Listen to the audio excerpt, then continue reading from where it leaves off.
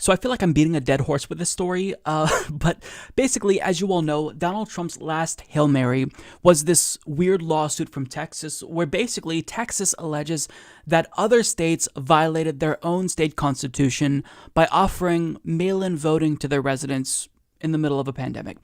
I'm oversimplifying it, but that's basically it. I mean, the case was bogus.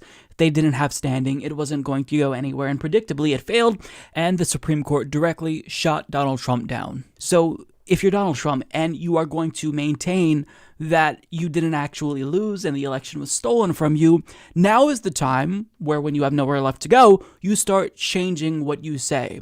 You know, look, I think we won this election, but the fight's over from now. Now we focus on 2024 or something. So what is he doing? How is he changing his rhetoric with regard to this election fraud scheme? Well, he's not. He's not changing anything. Even after the Supreme Court shot him down, he's saying the same exact things. These are just some of the tweets that he put out. We have just begun the fight. He tweeted this after the Supreme Court shot him down. The Supreme Court really let us down. No wisdom, no courage. I won the election in a landslide, but remember, I only think in terms of legal votes. Oh, okay. Not all of the fake voters and fraud that miraculously floated in from everywhere. What a disgrace. Who is a worse governor, Brian Kemp of Georgia or Doug Ducey of Arizona? These are two rhino Republicans who fought against me and the Republican Party harder than any Democrat. They allowed states that I won easily to be stolen. Never forget, vote them out of office. And then he says, most corrupt election in U.S. history. He's literally going to continue saying the same thing. And by the time you watch this video, the Electoral College will have already confirmed Joe Biden's victory, but he's still going to keep saying the same thing. Oh, don't you worry. We're still fighting. We're just getting started. We're going to win this. There's like another lawsuit up our sleeve or something. Look, if you are actually going to run for president in 2024, you could start talking about that now so you don't look as delusional, but he's not changing anything.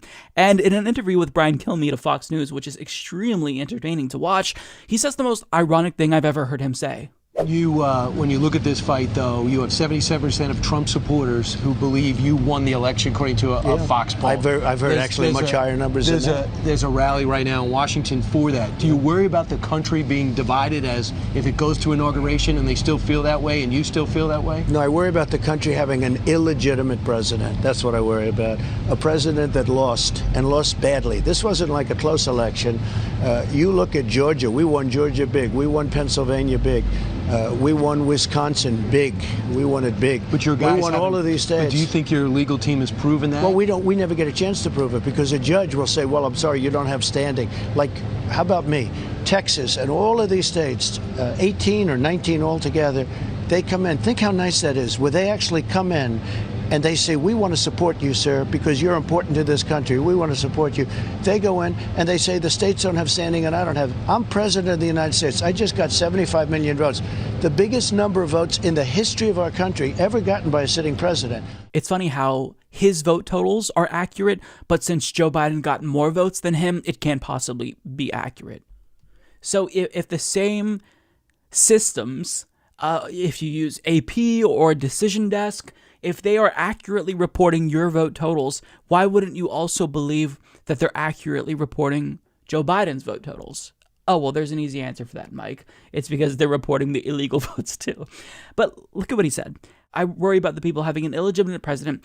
That's what I worry about. A president that lost and lost badly. This wasn't like a close election. The irony just flew right over his head because if he were successful at getting Republicans from various states to appoint their own electors that would vote for him, then you're basically disenfranchising millions of people and killing democracy, quite literally. But that's what he wanted. But yet he's worried about the people having an illegitimate president and a president that lost badly. You lost badly. You lost multiple states. So if this effort were even to be successful, he would have a better case, even though he wouldn't have a case at all, but you'd have a better argument if it came down to like one state, like in the 2000 election. There was one state, Florida, and that's all that Bush had to focus on, but you have multiple states. So the fact that it's not even that close in actuality, and he's still maintaining that he won, it's embarrassing. And I don't necessarily care what Donald Trump says. I care about the consequences of his words, right? Because he has convinced a lot of Republicans that he actually won this election, which is shocking, because of course he didn't. If the establishment was going to rig any election, wouldn't it have been back in 2016 to stop you from becoming president in the first place? I mean, all you have to do is think about these allegations of fraud for a minute or two, and you realize that on their face, they're absolutely ridiculous. He also says, you look at Georgia. We won Georgia big. We won Pennsylvania big. We won Wisconsin big. No, you did not. You literally did not win these states. And by saying this, he knows it's not true, but he's trying to get people to think that he's true. And part of this, and I don't know if Trump is even this savvy and really playing four-dimensional chess to this extent, but I think that if he actually does run in 2024, he's setting himself up now to clear the field in the Republican primary and say, look, I'm the rightful president. I should be president right now, but this election was stolen from me.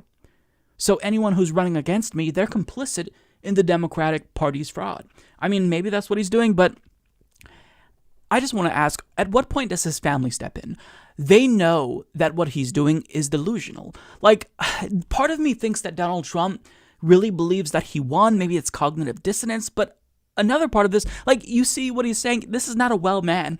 Regardless if this is all, him playing politics and political theater, what he's doing is harmful. So after the election, there were reports that Don Jr. or maybe Ivanka would step in and stage an intervention and get him to accept the results.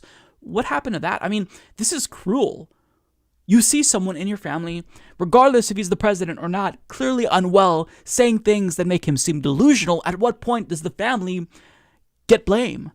And I think we're beyond that. Why isn't Ivanka, the person who's basically the only one who's seemingly able to talk sense into him, not saying, Dad, it's over. I know that you think that you won this election, but you're not going to be the president. Come January 21st of 2021, you're out. So now it's time to think about what you're going to do on that day. But I mean, we get nothing. Like, if a member of my family was spiraling publicly like this, I would be embarrassed for them. And out of love, I would try to rein them in, right? Talk some sense into them. But we're not getting that. Now Trump's family, I think they're intimidated by him and they don't want to confront him. They're just letting him spew this bullshit when they know it's not true. As entertaining as it is, this really is going to do long-term damage to our democracy. It is. Because if Americans don't believe that the process is legitimate and credible, then that's when you start seeing democracy fall apart. And there are legitimate reasons why you can be dissatisfied with our democracy. I don't like our electoral institutions. I think they're biased against third and fourth parties. I think that, winner-take-all systems are just inherently anti-democratic because they limit options when you should have a plethora of options in a democracy. But putting all of that aside, if people don't even believe that their votes are going to be counted, that's a problem. It does not bode well for the long-term health of democracy. Mike is the worst progressive on YouTube. Please don't subscribe to him or become a patron. David Dole is so much better. Trust me, folks, he's doing a great job. He really is, okay?